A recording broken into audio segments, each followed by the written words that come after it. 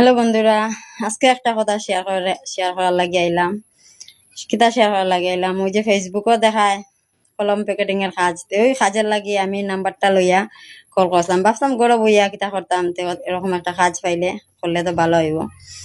তো আমার ফোন করার পরে উঠে বলে 350 টাকা দিয়ে বুকিং করো। আমি ঠিক আছে 350 টাকা দিয়ে বুকিং করছি। এরপরে এদিকে আমার কইলে 24 ঘন্টার ভিতরে জিনিস আই যাব। যে জিনিস আইছে না না হওয়ার আগে আমারে কয় তারারে ফোন পের মধ্যে 3000 টাকা দিলাইতাম।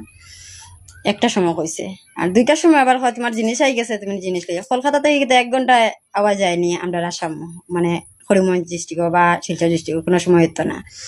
তে আমি 3000 টাকা বন্ধুরা দিছি না, ডরাইয়া কইছি না, আমি কইছি জিনিসটাই না আঁক তারপরে আমি দিব। এরপরে সন্ধ্যা 7টার সময় আমার ফোন করিয়া কয় কলকাতাত গেছে কি। এটা কোনো সময় হইতে পারেনি বন্ধুরা, এটা কোনো সময়, এটা তো ফ্রডও লাগে। কিন্তু বন্ধুরা আমার লাগে যেরকম হয়েছে তোমরা এরকম ভুল করিও না কোনোদিন। আমি যে ভুল করছি এই ভুলটা আর কেউ করিও না। নাম্বারটা দিমু দেখ।